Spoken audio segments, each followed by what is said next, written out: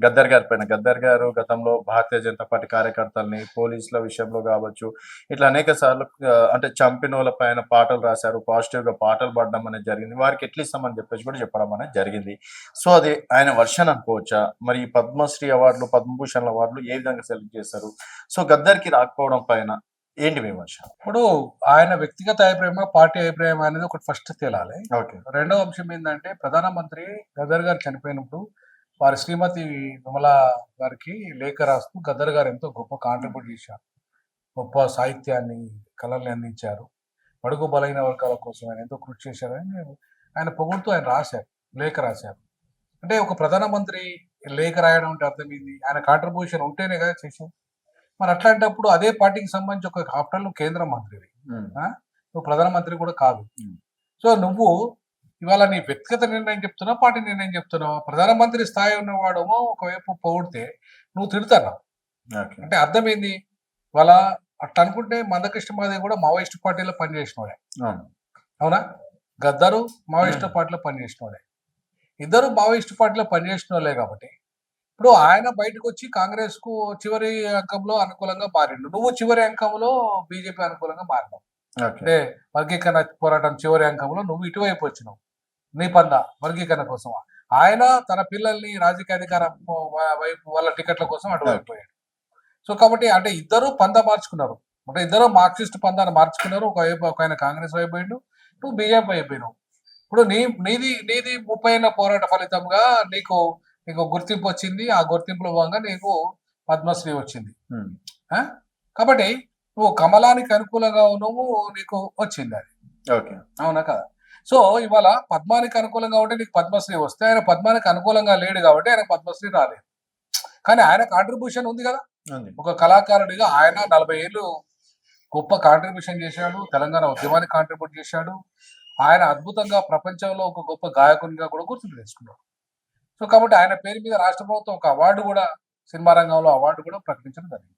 ఆయన పేరు మీద ఇయ్యాలని. అవును.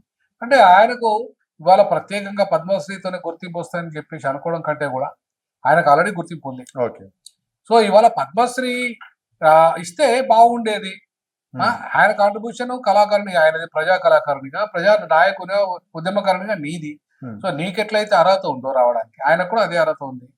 నువ్వు మావోయిస్ట్ పార్టీ నుండి బయటకు వచ్చినోడివి. హ్మ్. అయినా బయటకు వచ్చినోడే.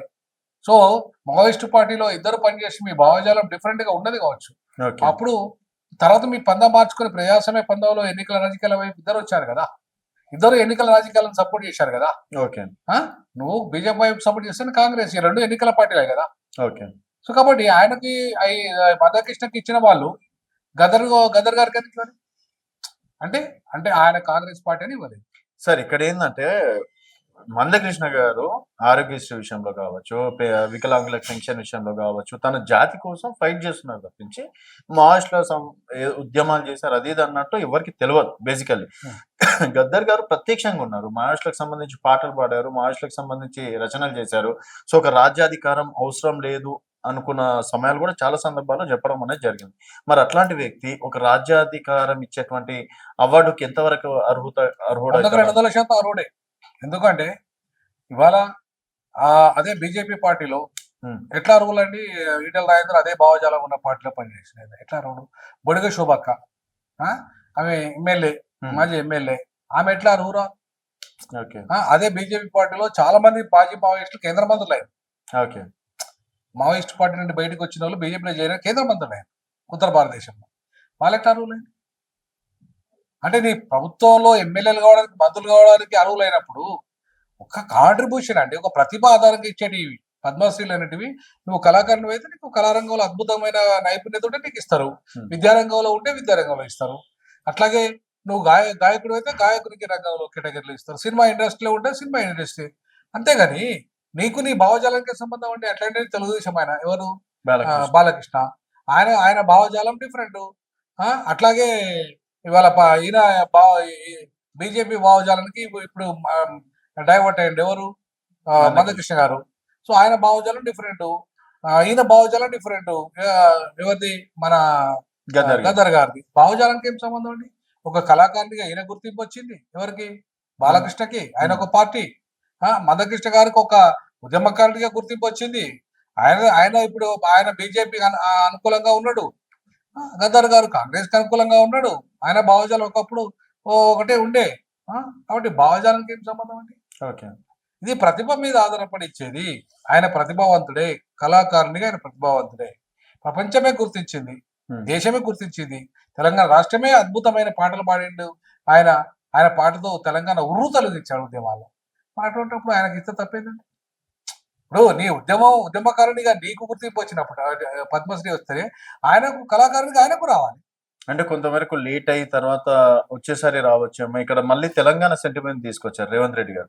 అంటే తెలంగాణలో మేము దాదాపుగా 5 మంది ప్రపోజల్ పెడితే కేవలం ఒక్కరికి మాత్రమే వచ్చింది. పక్క రాష్ట్రంలో నలుగురికి వచ్చిందని.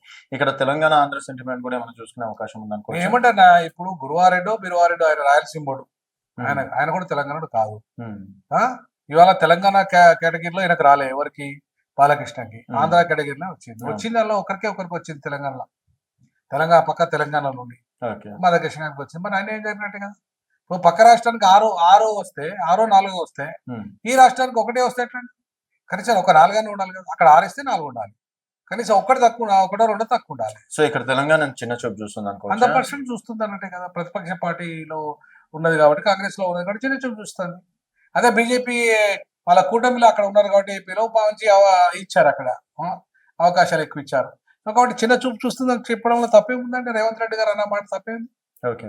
సో ఇప్పుడు బండి సంజయ్ వ్యాఖ్యల్ని ఈ విధంగా చూసుకోవచ్చు. బండి సంజయ్కి అసలు బుద్ధే లేదండి. బుద్ధినోడు కానీ జ్ఞానం కూడా అసలే కాదు. అసలు లీడర్గా అసలే పనికిరాడు. ఆ కిషన్ రెడ్డి ఎందుకు మాట్లాడుతున్నాడు? నేను ఎందుకు మాట్లాడాలి అటువంటి మాటలు? ఏం కిషన్ రెడ్డి కంటే తురుముకాను నువ్వు ఆ పార్టీలో? ఆర్ఎస్ఎస్ నుండి వచ్చిన బ్రాహ్మణులు చాలా మంది ఉన్నారు. వాళ్ళు మాట్లాడతలేరు, నువ్వు ఎందుకు మాట్లాడుతున్నావు? బీసీవై ఉండి ఒక దళితుల గురించి వ్యతిరేకంగా ఎందుకు మాట్లాడుతున్నావు నువ్వు? అమిత్ షా కాలు మొక్కిన సిగ్గులేని జీవితం నీది. నువ్వు గద్దర్ గురించి మాట్లాడతావా? మాట్లాడే అర్హత నీకుందా? ఒక బానిసవు నువ్వు. ఆయన గురించి మాట్లాడే అర్హత ఉందా? అక్కడ తురుంకానుగా ఆయన ఉద్యమకారుడిగా గుర్తింపు తెచ్చుకొని తురుంకానుగా ఉన్నాడు ఆయన. ఆయన గురించి మాట్లాడే దమ్ము ధైర్యం నీకుందా? దళితులందరూ తలుచుకుంటే ఏమైతో తెలుసా? నువ్వు అడ్రస్లు కూడా పోతావు. నేను ఇంకోసారి డిపాజిట్ కూడా రానియారు.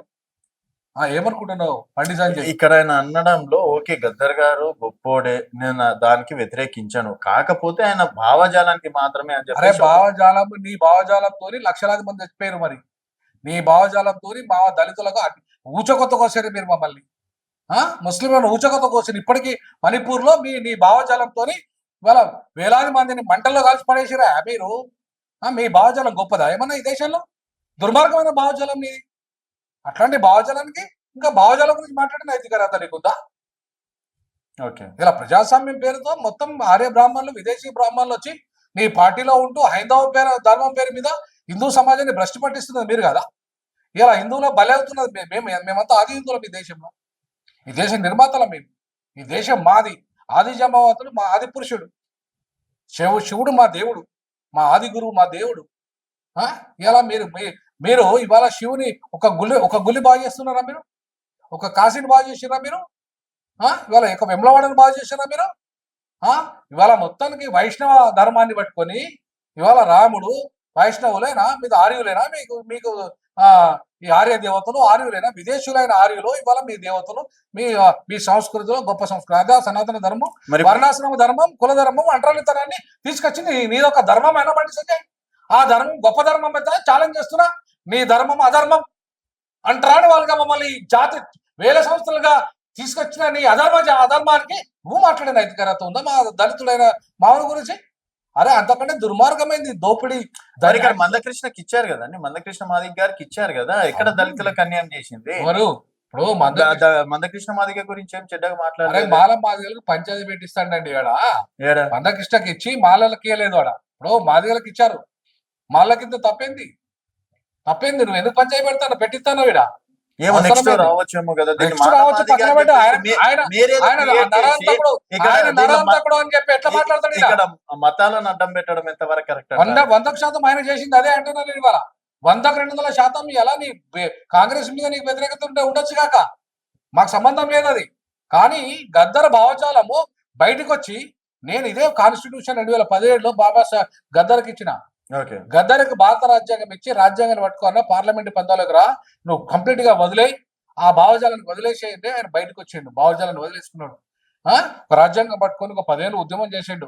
ఏమి ఈ రాజ్యాంగం పునాదిగా నేను ఉద్యమం చేస్తాన్నాడు. అట్లాంటి మీద నువ్వు ఇవాళ ఇంకా నరాంతక ముద్ర వేసుకుంటా పోతావు. అంతకంటే నీ బీజేపీ దుర్మార్గమైన నరాంతక పార్టీ. మరి నీ పార్టీలో ఇవాళ నీ పార్టీని నీ మనవాద సిద్ధాంతాన్ని సపోర్ట్ చేసిన వాళ్ళు గొప్పలా బాబాసాహెబ్